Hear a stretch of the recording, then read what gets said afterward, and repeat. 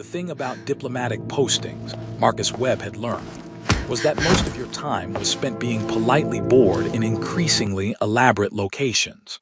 Currently, he was being politely bored in what might be the most stunning palace in known space, the Zyrathi Imperial Complex, a structure that had been built and rebuilt over 3,000 years, each era adding layers until the result was architectural chaos that somehow worked. Crystal spires rose alongside ancient stone towers. Gardens floated on anti-gravity platforms next to courtyards that predated human spaceflight, and corridors twisted through the complex in patterns that suggested the palace had been designed by committee across multiple centuries. The Unity Festival was in full swing, which meant those corridors were packed with representatives from every species allied with the Zyrathi Empire. Marcus pressed himself against a wall as a delegation of Thenari passed, their insectoid frames requiring more vertical space than the hallway comfortably provided. Somewhere ahead, he could hear the musical language of the Velkari mixing with the harmonic tones of the collective, creating soundscape his translator struggled to parse. He'd been trying to reach the human delegation's assigned seating for the past 20 minutes, but kept getting turned around in the palace's labyrinth. His credentials said the afternoon cultural presentations were in the Hall of Luminous Heritage, but he'd passed 3 different halls with similar names and wasn't confident he knew which was correct. "Move along, please, clear the intersection," someone was announcing in Zyrathi, the translator rendering it with formal politeness. Marcus pushed toward what he hoped was the right direction, caught in a current of beings much taller than his 6 feet, all trying to navigate the bottleneck where 3 major corridors converged. He'd studied the briefing materials extensively. The Zyrathi were ancient empire, their people marked by long pointed ears and skin tones ranging from deep bronze to pale gold, organized in strict hierarchical social structures where bloodlines mattered immensely. Proper etiquette required not making direct eye contact with nobility unless addressed, maintaining respectful distance, using formal titles, and definitely not touching anyone without clear permission. Physical contact in their culture carried significant meaning. Marcus had zero intention of violating any of those protocols. Then someone behind him, something large and apparently in a hurry, shoved past with enough force that Marcus stumbled forward directly into the person ahead of him. The collision was brief but definite. His chest hit her back, his hands instinctively reaching out and gripping her shoulders to stop himself from completely bowling her over, the two of them frozen for a heartbeat in contact that his brain registered as inappropriate even before his cultural training caught up. He scrambled backward, hands releasing immediately, already forming apologies. "I'm so sorry, I didn't mean. Someone pushed and I lost my balance, I apologize for." The words died as he actually looked at the person he'd run into. She was Zyrathi, definitely. Those elegant pointed ears rising from dark hair arranged in complex braids, skin a warm gold that seemed to catch the corridor's light. She wore ceremonial robes in deep purple and silver, fabric that looked like it cost more than Marcus's annual salary, with jewelry at her throat and wrists that suggested very high rank. And she was staring at him with an expression he couldn't read, shock, maybe, or anger, or something else entirely. Around them, the corridor had gone silent. Other beings had stopped moving, were staring at them with expressions Marcus definitely recognized. Horror, fascination, concern. Someone made a sound that his translator rendered as a sharp intake of breath. "I am so incredibly sorry," Marcus tried again, bowing in what he desperately hoped was appropriately respectful manner. "That was completely accidental. I meant no disrespect. I was pushed and lost my balance." Before he could finish, guards appeared. They seemed to materialize from the crowd, armored Zyrathi warriors moving with precision that suggested serious training, placing themselves between Marcus and the woman, their hands moving to weapons at their sides. Marcus's stomach dropped into his shoes. "Credentials," one of the guards demanded, his tone making it clear this was not a request. Marcus fumbled for his diplomatic pass, his mind racing through every cultural briefing trying to figure out exactly what he'd done wrong and how severe the consequences were. Physical contact without permission was a violation. He knew that, but how bad was it? Had he committed assault? Was this a criminal matter or just a cultural offense? The woman, because he was becoming increasingly certain she was someone very important based on the guard's protective positioning and the way everyone else had backed away, raised one hand in a gesture that made the guards immediately stand down. She spoke for the first time, her voice carrying the musical quality of high Zyrathi but with undertones of absolute authority. "Bring him to the private audience chamber. I wish to speak with this human." The guards exchanged glances but didn't argue. One stepped forward, not quite grabbing Marcus but making clear through proximity that he was expected to come along. "Of course, Your Highness," the guard said, and Marcus felt his anxiety spike even higher. "Your Highness. Not a minor noble, not even a major noble, royalty. He just accidentally assaulted Zyrathi royalty." As he was escorted through corridors that were suddenly much emptier, the crowd parting for the guards and their charge, Marcus replayed the moment in his mind. The collision, the brief contact, his hands on her shoulders.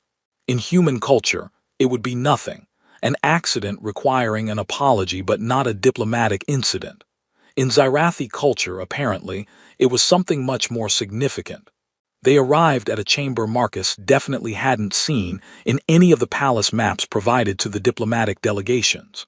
The guards ushered him inside, and he found himself in a space that was smaller than the grand halls but somehow more intimidating. Intimate, elegantly decorated, clearly designed for private conversations rather than public ceremonies. The woman from the corridor was already there, having apparently used a faster route. She'd removed the outer layers of her ceremonial robes, revealing simpler but still clearly expensive garments underneath. Without the formal outerwear, Marcus could see her more clearly. She looked to be in her late 20s or early 30s by human standards, though he knew Zyrathi aging didn't map directly to human. Her bearing suggested someone comfortable with authority, but her eyes, gold, catching the light like precious metal, held an expression he couldn't quite interpret. The guards positioned Marcus in the center of the room and then retreated to positions flanking the door.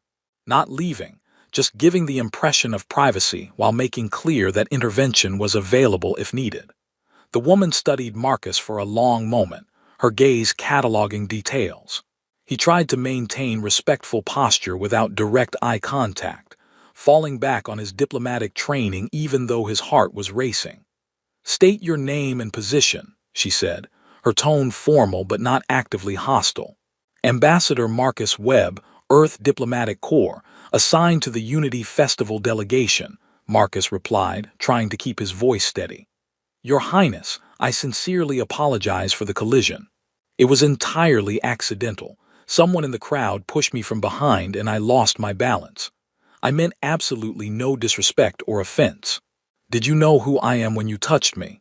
she asked, the question phrased oddly. "No, Your Highness. I had no idea. I didn't even see you clearly until after the contact. I was just trying not to fall." She exchanged a glance with one of the guards, something passing between them in a look Marcus couldn't decipher. "I am Crown Princess Zaralyn Tel Zyrathi," she said, her voice carrying that same casual authority from before. "First heir to the eternal throne, Supreme Commander of the Imperial Fleet, voice of the dynasty in the Council of Stars." Each title landed like a stone. Marcus felt his already low stomach drop further. He hadn't just run into royalty, he'd run into the Crown Princess, the future Empress, possibly the single most important person on this entire planet. "I am so incredibly, profoundly sorry," he managed. "I had no intention." She waved him to silence. In Zyrathi culture, physical contact between man and woman who are not family or bonded partners is considered intimate gesture. Contact requires either formal permission or established relationship. Touching someone of royal blood without invitation is legally classified as assault, carrying penalties ranging from imprisonment to exile, depending on circumstances and intent. Marcus felt his blood turn cold. "Your Highness, I swear it was an accident." "I believe you," she interrupted. "Your reaction was clearly surprise and horror, not the calculated boldness of someone making deliberate gesture, which creates interesting situation. She settled into a chair with fluid grace, gesturing to another chair across from her. Marcus was too nervous to sit, remained standing with what he hoped was respectful posture. If I report this as assault, Zarelin continued, you will be punished according to our laws. Imprisonment, certainly. Potential exile from Zyrathi space, possible damage to Earth's diplomatic standing. If I report it as unwanted courtship advance, which physical contact from unknown man could be interpreted as, the result is similar, though perhaps with different emotional valence. I wasn't making a courtship advance, Marcus said quickly. I genuinely just lost my balance. I know, but perception matters in court politics. She leaned forward slightly. However, there is third interpretation. I could choose to view your action as bold but acceptable gesture from foreign dignitary unfamiliar with our customs. Cultural misunderstanding rather than intentional offense. And if I chose to find your directness intriguing rather than insulting, well, that is my prerogative as the party who was contacted. Marcus's brain struggled to process this. I'm not sure I understand what you're saying, Your Highness. I am saying that I have the authority to interpret this incident however I choose. And I find myself curious about the human who literally ran into me, and then looked at me with genuine horror rather than political calculation. She tilted her head slightly, her ears adjusting in a way that suggested she was evaluating him. Tell me, Ambassador Webb, what were your thoughts in that moment of contact, before the panic set in? The question was so unexpected that Marcus answered honestly before he could think better of it. I thought you were beautiful. Your robes were stunning, your jewelry was exquisite, and when I looked at your face I was struck by how. He stopped himself, realizing how this sounded. That sounds terrible, doesn't it? Like I'm making excuses for inappropriate behavior. On the contrary, Zarelin said, and there was definitely amusement in her voice now. It sounds like genuine reaction rather than rehearsed flattery. Continue. I just noticed you were very striking, Marcus said weakly. Impressive, really. And then I noticed I just physically collided with someone clearly very important and started planning my defense against assault charges. Striking, the princess repeated, testing the word. Not beautiful, lovely, radiant, the common diplomatic flatteries I hear constantly. All of those too, Marcus admitted, but striking seemed more accurate. You have a presence that's hard to ignore, even in a crowded corridor full of people trying to get somewhere. Zarelin smiled, small, controlled expression but genuine amusement. I have decided, she announced both to Marcus and the guards, that Ambassador Webb's actions were cultural misunderstanding, not intended offense. He will not be charged or punished. Instead, she looked directly at Marcus.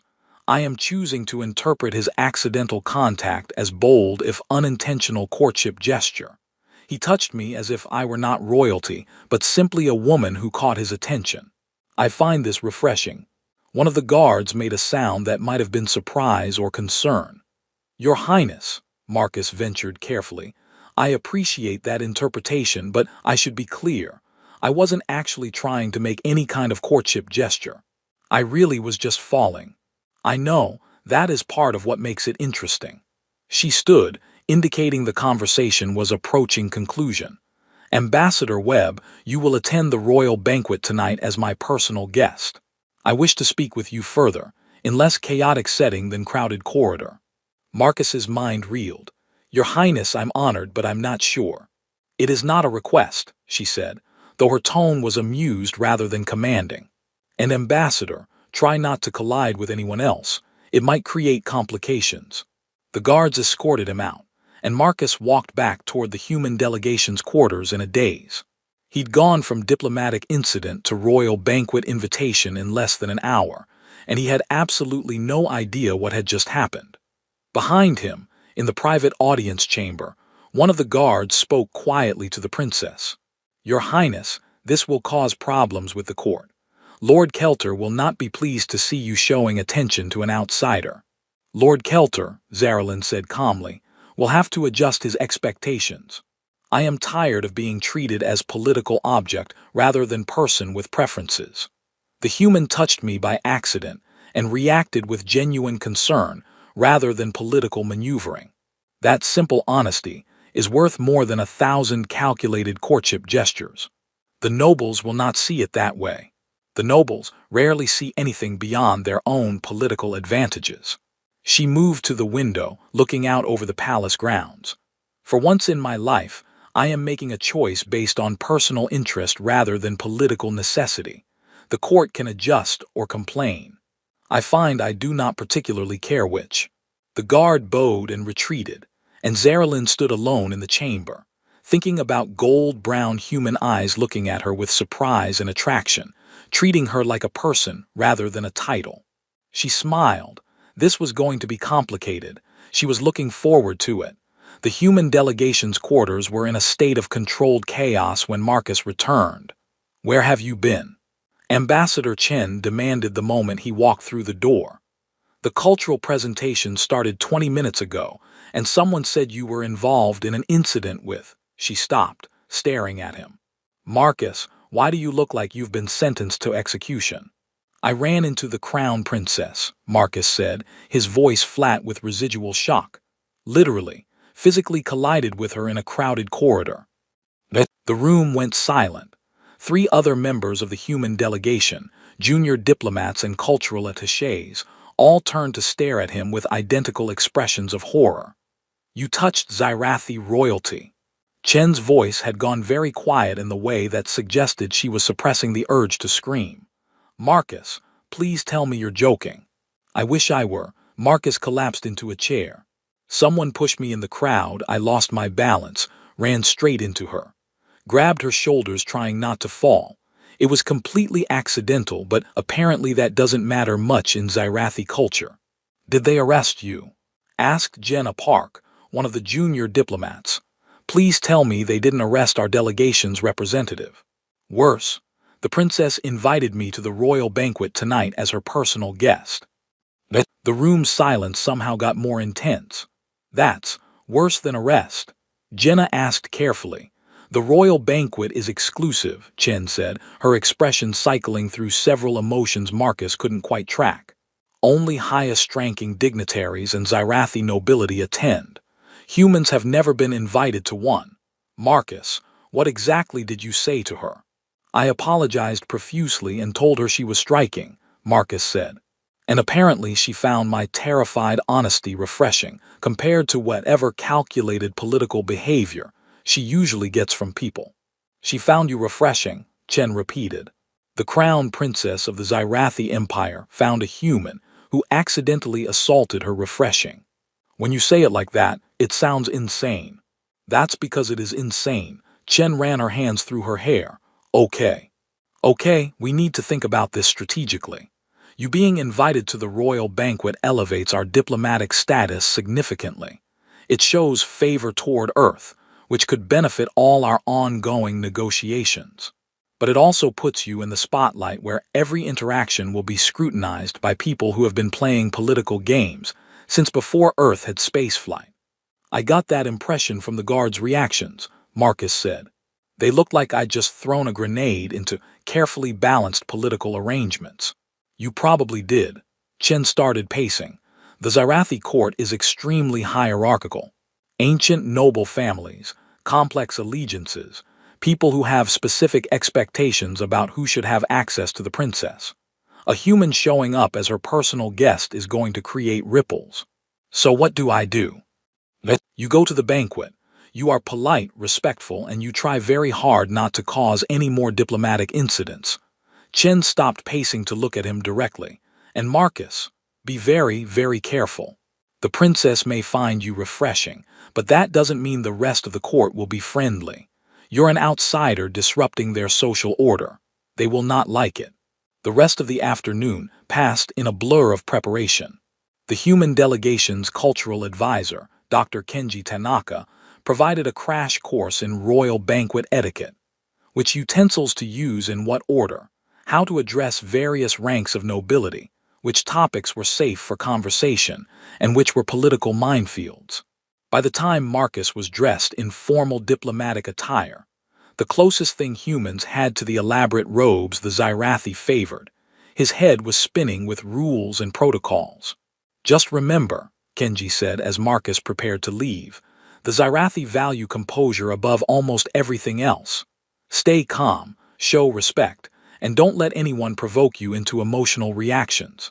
They'll test you to see if you're worth the princess's attention. No pressure then. None whatsoever. The royal banquet was held in a hall that made Marcus feel like an insect in a cathedral. The space rose at least 50 feet to a vaulted ceiling covered in bioluminescent murals depicting Zyrathi history. Long tables arranged in precise geometric patterns filled the floor, each position carefully assigned based on rank and political alliance. Everything was choreographed to the smallest detail. An attendant guided Marcus to his seat, which turned out to be at the royal table itself, just 3 positions down from where an empty chair waited for Princess Zaralyn. The other occupants of the table were all Zyrathi nobility, their elaborate robes and jewelry indicating ancient bloodlines and significant power. They regarded Marcus with expressions ranging from polite curiosity to barely concealed hostility. "Ambassador Webb," one of them said, her tone perfectly neutral. "How unexpected to see a human at the royal table. I am Lady Cyrnal of House Tyrathi. You are quite far from your assigned seating, I believe." "I was invited by Her Highness," Marcus replied carefully, trying to remember Kenji's coaching about not being defensive.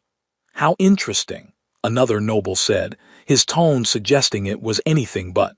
"The princess does occasionally take interest in unusual specimens. I am Lord Karshan. Tell me, Ambassador, how does one merit such an invitation?" "By being in the wrong place at the wrong time," Marcus said honestly. "I accidentally collided with Her Highness in a crowded corridor. She was gracious enough to interpret it as cultural misunderstanding rather than offense." The nobles exchanged glances that suggested this story had already spread through the court in various versions. "Collided with her," Lord Karshan repeated. "How bold." Before Marcus could respond, a ceremonial announcement rang through the hall, and everyone stood in synchronized motion. Princess Zaralyn entered through the main archway, flanked by guards and attendants, moving through the space with the kind of practiced grace that came from a lifetime of formal events. She was stunning in formal regalia, robes in deep purple and silver that seemed to capture and reflect light, jewelry at her throat and ears that Marcus suspected was worth more than most planets' GDP. Her dark hair was arranged in elaborate braids woven with silver thread, and her bearing communicated absolute authority. But when her eyes found Marcus among the assembled nobility, during the third course, Princess Zaralyn turned to him with a question that made nearby conversations pause. "Tell me, Ambassador Webb, what do humans think of the concept of arranged marriage for political alliance?" The question was clearly not random small talk. Marcus carefully set down his utensil and formulated his response, aware that every word was being analyzed. "Humans practiced similar customs historically," he said, "particularly among nobility and ruling families. It's fallen out of favor in recent centuries, though. We generally believe individuals should have the right to choose their own partners now, though we understand that different cultures have different values around duty and family obligations. And if someone born to significant duty wished to choose differently than tradition dictated," Zaralyn pressed, "what would humans think of that?" Every noble at the table was listening now, this conversation clearly carrying weight beyond its surface meaning. "I think," Marcus said carefully, "that humans would generally support individual choice. But we also recognize that when someone holds significant responsibility, their personal choices can have broader implications. It's a difficult balance between personal happiness and duty to others." "A diplomatic answer," Zaralyn noted. "But what do you personally believe? If someone in my position wished to select a partner based on personal connection rather than political advantage, would that be selfish or brave?" The table had gone completely silent. Marcus realized this wasn't hypothetical. The princess was making some kind of statement, using him as her sounding board for ideas that apparently challenged Xyrathi norms. He could give another diplomatic non-answer, or he could be honest, the way he'd been honest when they first met. "I think," he said slowly, "that people who carry the weight of leadership deserve happiness too. That maybe the best leaders are ones who understand personal fulfillment, not just duty. But I'm probably not qualified to comment on Xyrathi royal protocols." "On the contrary," Zaralyn said, her voice carrying across the table, "you are perfectly qualified to comment as someone outside our system, someone who sees me as person rather than just royal position. That perspective has value I cannot get from those who have been trained since birth to view everything through lens of political advantage." Lord Karshan cleared his throat, his expression carefully controlled but his tone carrying an edge. "Your Highness surely does not value the opinions of outsiders over the wisdom of the court, and your advisors who have served your family for generations." "I value diverse perspectives," Zaralyn responded, her voice cool. "And I find that those who have no political stake in my decisions often provide more honest counsel than those hoping to benefit from influencing them." The comment landed like a thrown knife. Lord Karshan's ears flattened slightly. Marcus had learned this was a Xyrathi sign of displeasure, but he didn't press the argument. The rest of the banquet proceeded with Marcus acutely aware that he'd become a focal point of court attention he didn't want and didn't understand. The princess continued to direct conversation toward him, asking about human courtship customs, Earth's diplomatic philosophy, his own background and interests. Each question seemed designed to make a point to the watching nobility. When the formal banquet ended and guests began to disperse to various social gatherings happening throughout the palace, Zaralyn caught Marcus's eye and made a small gesture. Not quite a command, but definitely an invitation. He followed, aware of the stares and whispered comments trailing them, and they ended up in a private garden terrace overlooking the palace city. The view was stunning, lights spreading out below them in patterns that suggested the city had grown organically over millennia. Guards maintained positions at the terrace entrance but gave them space. "You handled that well," Zaralyn said once they had relative privacy. "Thank you for not making me regret inviting you." "I'm not entirely sure what just happened in there," Marcus admitted, "but I got the impression I was somehow a prop in a larger conversation." "Perceptive." She leaned against the terrace railing, looking out at the city. "The Xyrathi court has very specific expectations for who I should marry. Ancient noble families with proper bloodlines, political alliances that strengthen the empire, matches that have been discussed since I was a child. What they do not expect is that I might wish to choose for myself." Understanding clicked into place, "and I represent the possibility of different choice." "You represent several things. The possibility of choosing for personal connection rather than political calculation. The disruption of carefully laid plans that assume I will simply accept what has been decided for me." And she turned to look at him directly. "You represent someone who looked at me and saw a person he found attractive, not a crown he might gain access to. Your Highness, I should be clear. I'm not trying to get involved in court politics or become a pawn in someone's power play." "I know that is part of your appeal." She smiled. "I am not asking you to be anything other than what you are. I am simply tired of being treated as a political object rather than a person with preferences and desires.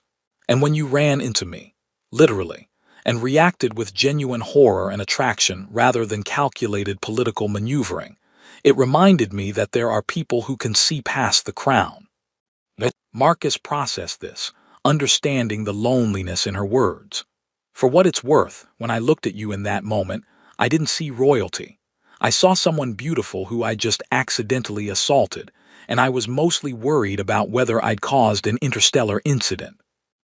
Zaralyn laughed, genuine, surprised sound that transformed her face from regal to simply lovely. "You did cause an incident, just not the kind you feared." She sobered, her expression becoming more serious. "I should warn you, the court will not like this. They will see you as threat to their carefully arranged political plans. Your presence at the banquet as my personal guest has already started speculation and opposition." Should I be worried? Possibly, but I find I am enjoying the disruption too much to send you away. She extended her hand, formal gesture, palm up, in what Marcus had learned was a Zyrathi invitation to connection. Would you be willing to spend time with me during the remainder of the festival? Not as political arrangement, but as two people getting to know each other. Marcus looked at her offered hand, at the hope beneath her royal composure, at the person behind the crown who was asking for the simple freedom to choose her own company. He knew this was probably a terrible idea. Knew he was getting involved in situations way above his diplomatic authority. Knew that whatever was developing here would have complications he couldn't begin to predict.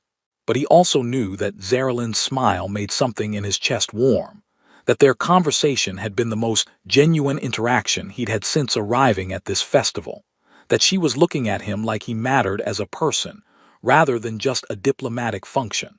"I'd like that," he said, taking her offered hand. The contact was warm, her skin surprisingly soft despite her warrior bearing. "Though I should warn you, I'm probably going to keep accidentally committing cultural offenses. I'm still learning." "That is acceptable," Zarelin said, her fingers curving around his. "I find your cultural offenses refreshing. They remind me that there are ways of being beyond the rigid protocols I have been trained to follow." They stood together on the terrace, hands clasped, while somewhere in the palace depths, the Zyrathi court began adjusting to the unprecedented situation of their crown princess showing interest in a human who literally stumbled into her life.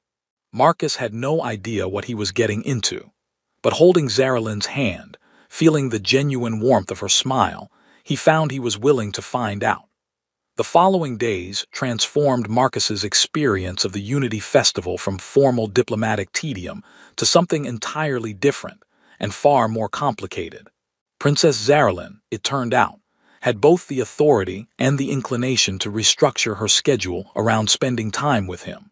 What should have been carefully choreographed diplomatic events became opportunities for connection, often in ways that scandalized the court.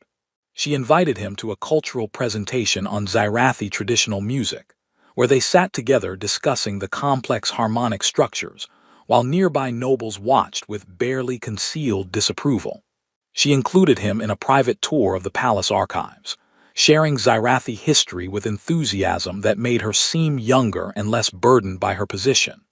She arranged for them to attend a performance of traditional dance, and had to quietly explain the significance of various movements and costumes, while their heads bent close together in conversation, that made the surrounding nobility visibly uncomfortable.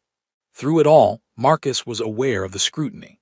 Lord Karshan and several other high-ranking nobles made their displeasure known through pointed comments about humans not understanding Zyrathi culture, about the inappropriateness of the princess spending so much time with someone so far outside her social sphere, about the disruption to long-standing expectations. On the third day, Ambassador Chen pulled Marcus aside with an expression that mixed concern and fascination. "We need to talk," she said, steering him to a private alcove away from the festival's main events. "Specifically, about what you're doing with the crown princess." "We're spending time together," Marcus said.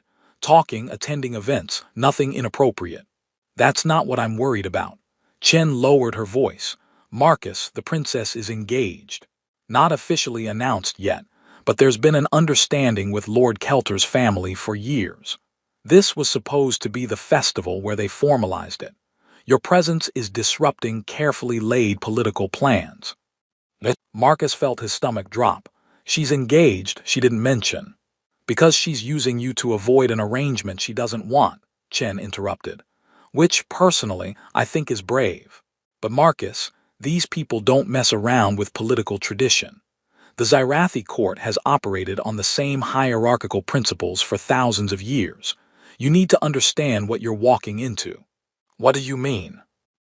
Chen pulled up her data tablet, showing him intelligence briefings about Zyrathi political structures. Lord Kelter is from one of the most powerful noble families. The marriage alliance between his house and the royal family has been discussed since Zarelin was 15.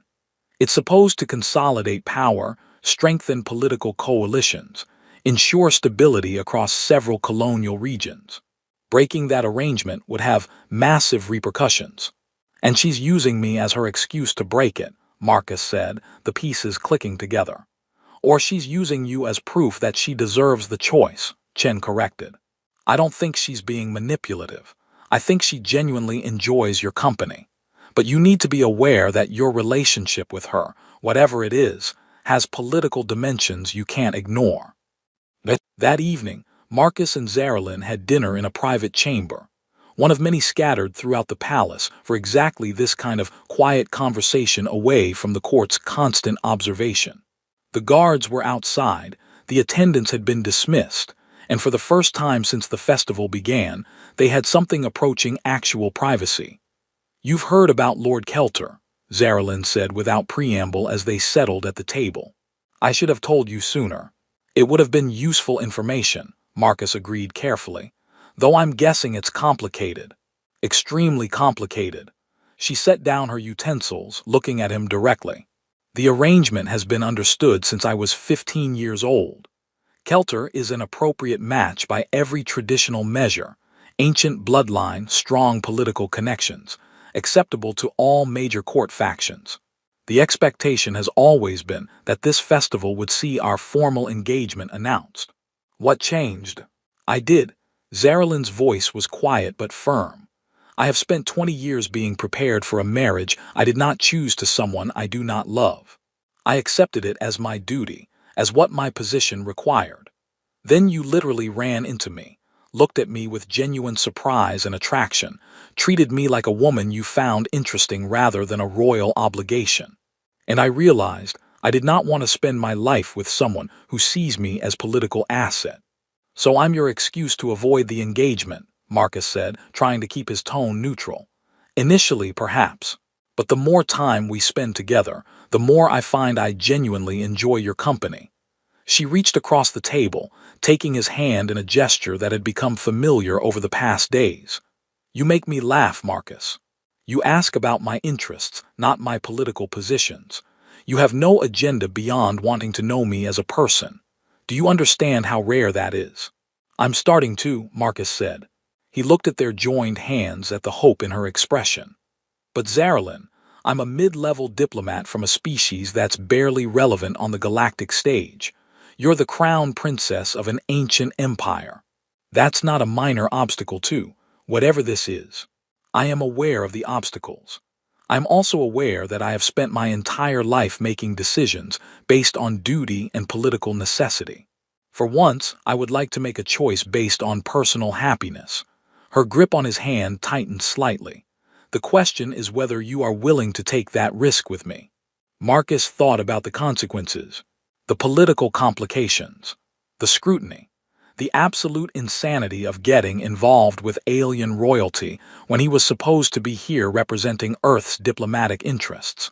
Then he thought about how Zarelyn's entire face lit up when discussing subjects she was passionate about, how comfortable he felt in her presence despite their vastly different stations, how her rare moments of vulnerability made something in his chest ache.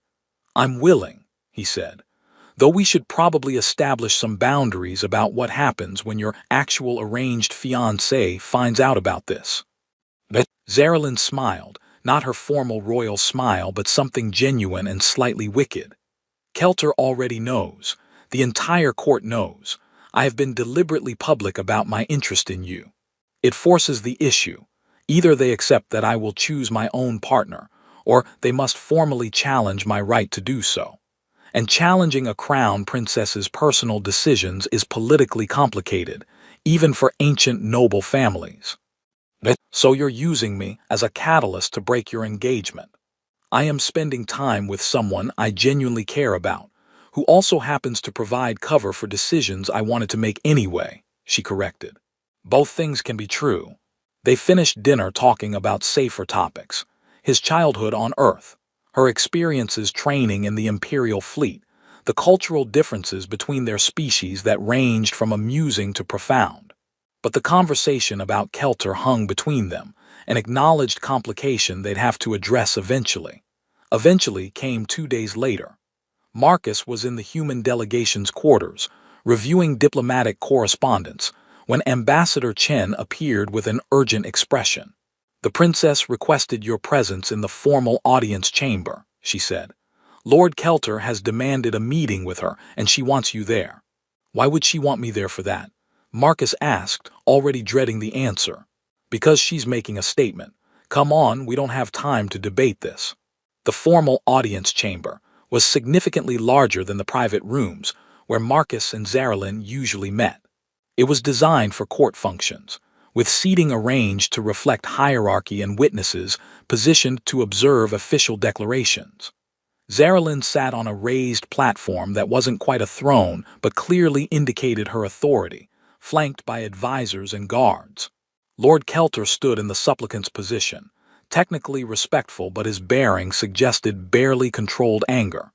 He was tall even by Zyrathi standards, his robes indicating ancient lineage, his expression suggesting someone whose expectations have been disrupted and who is not handling it well. Marcus was positioned to the side, close enough to observe but not directly part of the proceedings. He caught Zarelin's eye briefly and saw something that might have been apology or determination or both. "Your Highness," Kelter began, his tone formal but tight, "I have come to discuss the matter of our engagement." "There is no engagement to discuss," Zarelin said calmly. "The understanding between our families was never formalized, and I have decided not to proceed with it." "Not to proceed." Kelter's voice rose slightly. "Your Highness, this arrangement has been discussed for 20 years. Your right to choose." Kelter turned toward where Marcus stood, his expression making clear who he blamed for this disruption. "Or your infatuation with a human who stumbled into your path. Your Highness, this is not choice. This is impulse. You are allowing a chance encounter to override years of careful planning." "Careful planning by others," Zarelin corrected. "Not by me. I was never asked if I wanted this arrangement, Kelter. It was decided when I was a child and presented as inevitable. I am choosing differently now." "Because of him," Kelter said, gesturing toward Marcus with barely concealed contempt. "A human who has been here less than a week, who knows nothing of our culture or politics, who cannot possibly understand what being bound to the crown princess entails. Your Highness, I ask you to reconsider this rash decision before you damage relationships that have taken generations to build." Marcus watched Zarelin's expression, saw the moment she made her decision. "I appreciate your concern," she said, "but my decision is made. The understanding between our families is dissolved by mutual agreement. You are released from any obligation to me, free to pursue other alliances. And I am free to make my own choices about companionship and partnership." "Mutual agreement," Kelter repeated. "You mean you are imposing your will and expecting me to accept it gracefully?" "I mean," Zarelin said, her voice carrying an edge now, "that if you examine your own feelings honestly, you will find you are no more enthusiastic about this arrangement than I am. You have spent years preparing to marry for political advantage, just as I have. I am offering us both freedom from that obligation. If you choose to see it as insult rather than liberation, that is your decision." Silence stretched across the chamber. Kelter's expression cycled through anger, surprise, and something that might have been reluctant consideration. "You truly do not want this," he said finally, his tone less hostile. "I truly do not," Zarelin confirmed. "And I suspect if you are honest with yourself, neither do you." Kelter was quiet for a long moment. Then his posture shifted, some of the rigid formality draining away. "No," he said quietly. "I do not. I have been dreading this union as much as preparing for it." He looked at Marcus, his expression still not friendly but less openly hostile. "I do not know if your human understands what he is involving himself in, but I will not contest your decision to choose him over me. Consider the understanding dissolved, with no ill will from my family." Relief flooded Zarelin's expression. "Thank you, that is more than I had hoped for." "Do not thank me. Just," Kelter paused, "choose wisely. The court will not accept this easily, regardless of my family's position. You are setting a precedent that challenges everything we have been taught about duty and tradition." "Perhaps it is a precedent worth setting," Zarelin said. After Kelter left, after the advisors had been dismissed and the guards had retreated to give them relative privacy, Zarelin beckoned Marcus closer. "It is done," she said, and he could hear the exhaustion and triumph mixed in her voice. "The engagement is formally dissolved. I am free to choose my own path." "And what do you choose?" Marcus asked. She looked at him with an expression that was part hope, part vulnerability, entirely genuine. "I choose to continue getting to know the human who accidentally ran into me and saw a woman worth pursuing rather than a crown worth manipulating. If he is willing." Marcus knew this was insane. Knew he was getting involved in galactic politics way beyond his expertise.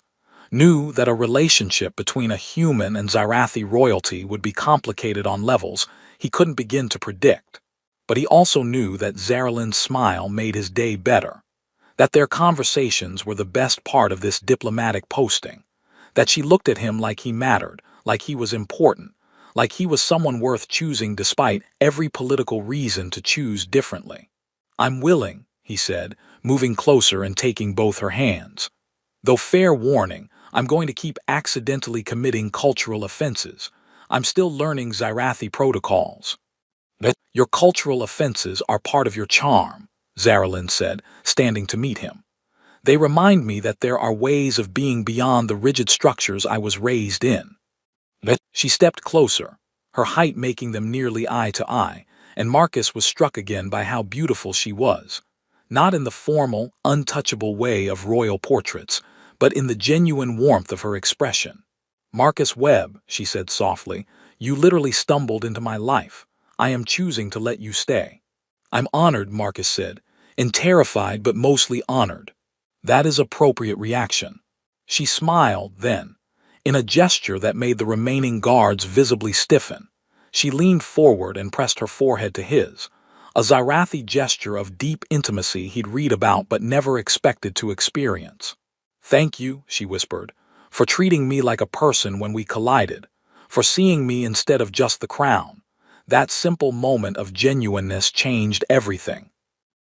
Marcus closed his eyes, feeling the warmth of her skin against his, the significance of the gesture, the weight of what they were building. "Thank you," he whispered back, "for not having me arrested when I ran into you.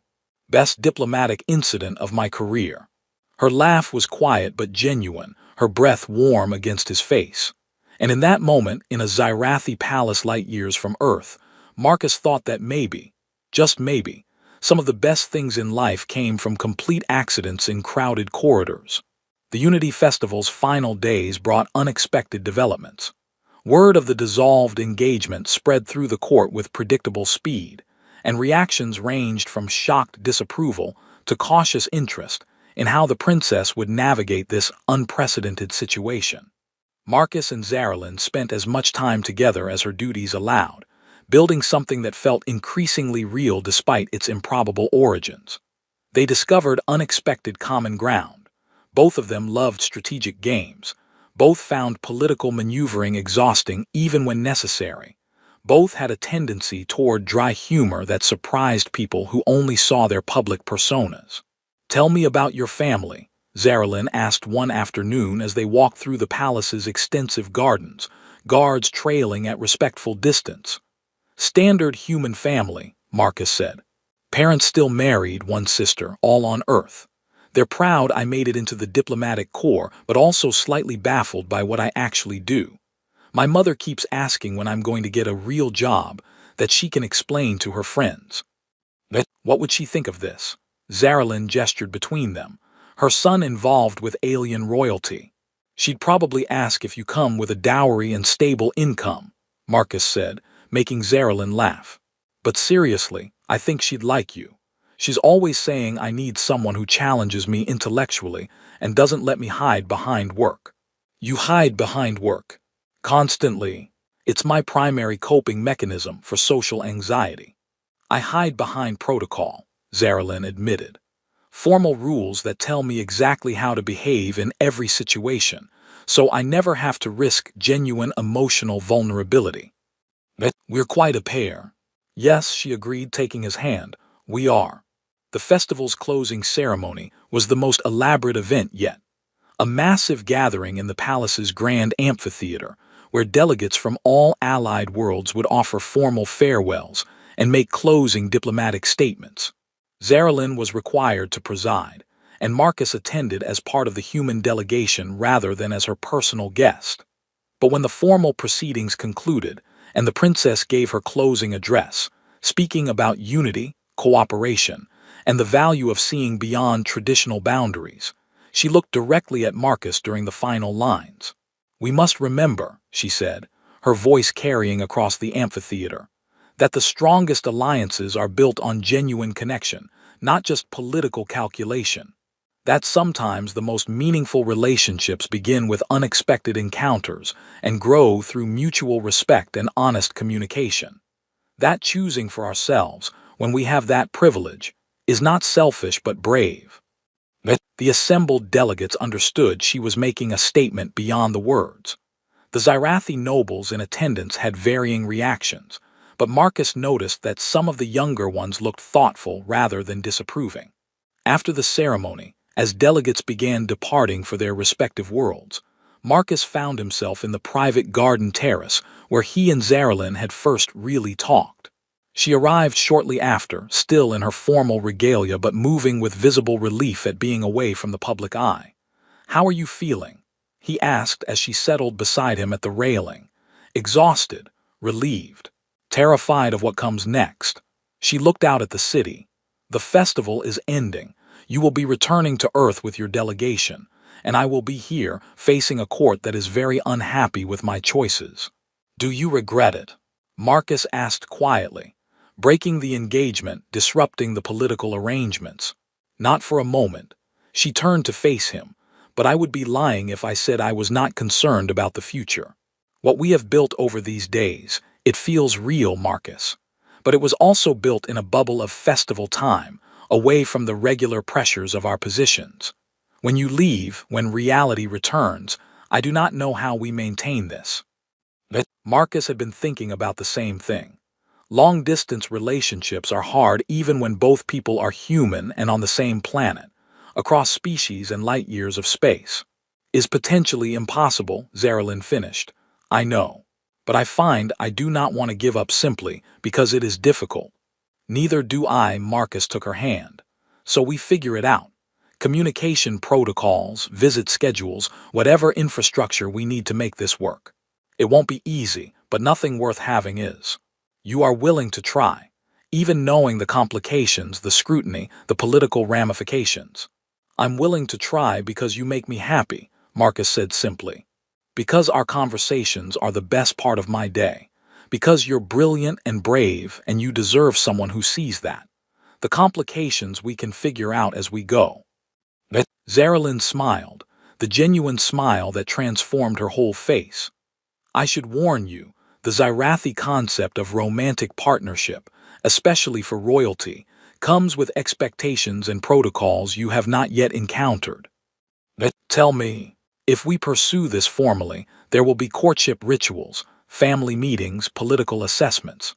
The court will scrutinize everything about you, your background, your qualifications, your ability to understand and navigate Zyrathi society. They will test whether you are worthy of being associated with the crown princess." "That sounds terrifying." "It is, but it is also the path forward, if we want to make this official rather than just a festival romance that fades once you leave." Marcus processed this, understanding the choice she was offering him. They could keep this casual, let it fade naturally when distance made it untenable, or they could commit to the complicated process of making it real, official, acknowledged by both their societies. "What do you want?" he asked. "I want you," Zarelin said simply.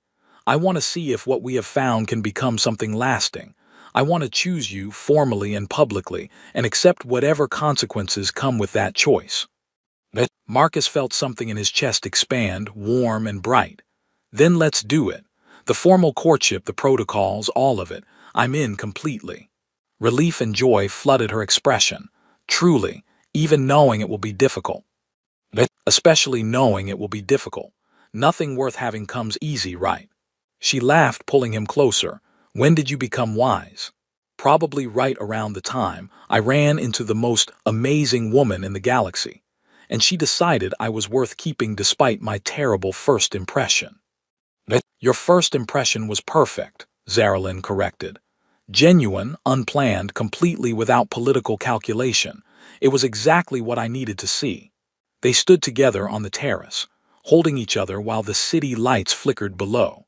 And Marcus thought about the journey from diplomatic incident to something that felt remarkably like love. The following day, as the human delegation prepared to depart, Ambassador Chen pulled Marcus aside one final time. "So you're really doing this," she said. "Formal courtship with the crown princess." "Apparently I am." "Marcus, you realize this is going to change your career, possibly your entire life. You can't be a regular diplomat anymore, not when you're romantically involved with foreign royalty. Earth's diplomatic service will have to figure out what to do with you." "I know, but Chen, I've spent my whole career being competent and careful and making sure I never caused problems. For once, I'm choosing something because it makes me happy, not because it's professionally safe." Chen studied him for a moment, then smiled. "Good, you deserve happiness. Just promise me you'll be careful. Zyrathi court politics are no joke. I promise to try not to cause any more international incidents." "That's all I can ask." The departure was bittersweet. Marcus said goodbye to the festival, to the palace, to the delegates he'd met. But the hardest goodbye was to Zaralyn, who came to see him off with a formality that didn't quite hide her emotion. "This is not farewell," she said as they stood in the palace's departure bay. "This is temporary separation. You will return, and we will begin the formal courtship process." "I'm looking forward to it," Marcus said. "Though I should probably learn more about Zyrathi courtship customs before I accidentally propose marriage or something equally binding." "That would certainly expedite the process," Zaralyn said, her eyes bright with amusement. Then more seriously, "Marcus, thank you for running into me, for seeing me, for choosing to stay when you could have walked away." "Thank you for not having me arrested," Marcus replied. "Best diplomatic incident of my career."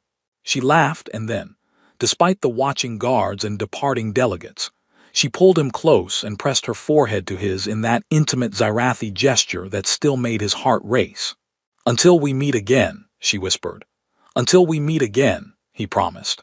The journey back to Earth gave Marcus plenty of time to process what had happened. He'd gone to the Unity Festival expecting routine diplomatic tedium. Instead, he'd literally stumbled into the Crown Princess, disrupted carefully laid political plans, and somehow begun a cross-species relationship that would probably be studied by xenoanthropologists for generations.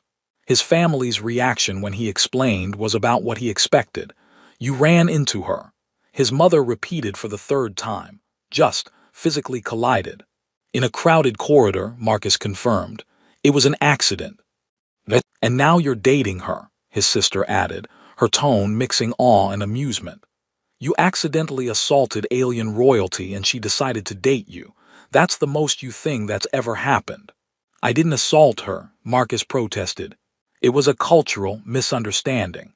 "A cultural misunderstanding that led to romance," his father said, looking delighted. "Marcus, your mother and I met because I spilled coffee on her in a university library. I appreciate that you've taken the family tradition of clumsy romantic beginnings to an interstellar level." Earth's diplomatic service was less amused, but recognized the opportunity. They reassigned Marcus to a specialized position focused on human Zyrathi relations, which basically meant his job was now to successfully court the crown princess and not cause any incidents that damaged the alliance. "No pressure," his new supervisor said. "Just don't accidentally start a war." "That seems like a low bar," Marcus replied. "You'd be surprised how many diplomats fail to clear it." The courtship process proceeded over the following months. Marcus returned to Zyrathi space for formal visits, meeting with Zaralyn's family and advisors who scrutinized everything about him. He studied Zyrathi culture intensively, learned their formal protocols, navigated the complex politics of the court. It was exhausting, occasionally humiliating, and completely worth it every time he saw Zaralyn smile. 6 months after the Unity Festival, Zaralyn visited Earth, her first time on a human world, a diplomatic mission that conveniently allowed them time together away from the Zyrathi court's constant observation. "Your planet is beautiful," she said as they walked through a park in Geneva near the Earth diplomatic headquarters. "Chaotic but beautiful." "That describes humanity pretty well," Marcus agreed. "Chaotic but beautiful." "It describes us too," Zaralyn said, taking his hand. "This relationship, this choice we made, it defies every protocol and tradition, but it is also the most genuine thing in my life." "Mine too." They stood together in the park, surrounded by humans who had no idea they were watching their species' most important diplomat hold hands with alien royalty. And Marcus thought about the journey from accidental collision to deliberate choice. "I love you," he said, speaking the words for the first time. "I probably loved you from the moment you decided I was interesting rather than just a diplomatic incident." Zaralyn's face transformed with joy. "I love you as well. My court thinks I am insane for choosing a human, but they do not understand that you saw me as a person before you knew I was a princess. That matters more than any political alliance." "So what happens now?" Marcus asked. "Now we continue building this impossible thing we have started.